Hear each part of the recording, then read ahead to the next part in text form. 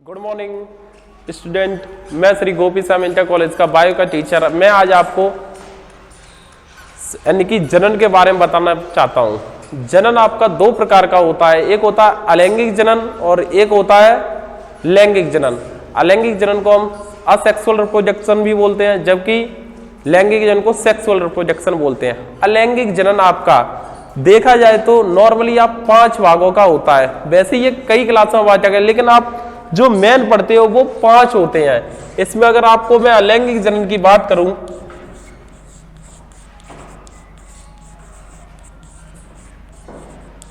जिसको हम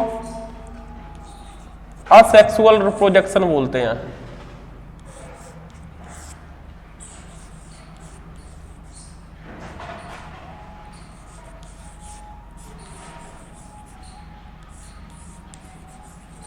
इसके 5 प्रकार होते हैं। सबसे पहले आता है आपका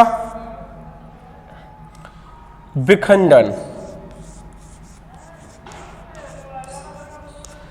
विखंडन इसमें जीवों का 1 से 2 या 2 से अधिक भागों में टूटने की क्रिया विखंडन कहलाती है। जितने भी भाग टूटते हैं उससे एक नए जीव का निर्माण होता है। ये 2 प्रकार का होता है। इसको हम एक बोलते हैं द्विखंडन, जिसमें एक जीव टूट के 2 बराबर भागों की संतति का निर्माण करता है, तथा बहुखंडन में बहुत से जीवों का निर्माण होता है। दूसरा जो आपका आता है उसे हम बोलते हैं मुकुलन। मुकुलन में भी सेम यही प्रोसेस होती है। इसमें एक अगर ये आपको सेल दी गई है, इसमें से एक कलिका यानी कि मुकुलन के समान एक संरचना निकलती है, जैसे ये निकली है।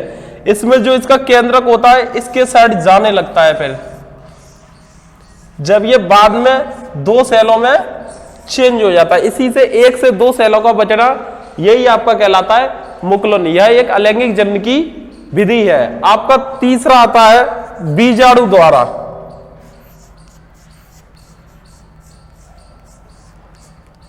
आपका बीजाणु जैसे आपका शैवाल में हुआ कोनोडिया।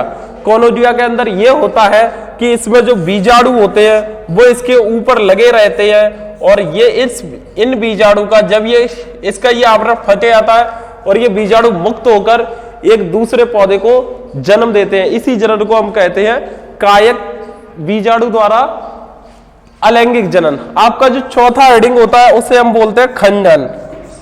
खंडन आपका विखंडन के समान ही होता है। इसमें जो जीव होता है वो 2 या 2 से अधिक भागों में कितने ही भागों में टूट जाता है और उनसे नई संतति का उत्पन्न होना, यही आपका कहलाता है खंडन प्रोसेस। ये चारों आपका अलैंगिक जनन के अंतर्गत ही आते हैं। इसमें आपका 5वां जो है उसमें हम बोलते हैं पुनरुद्ध भवन।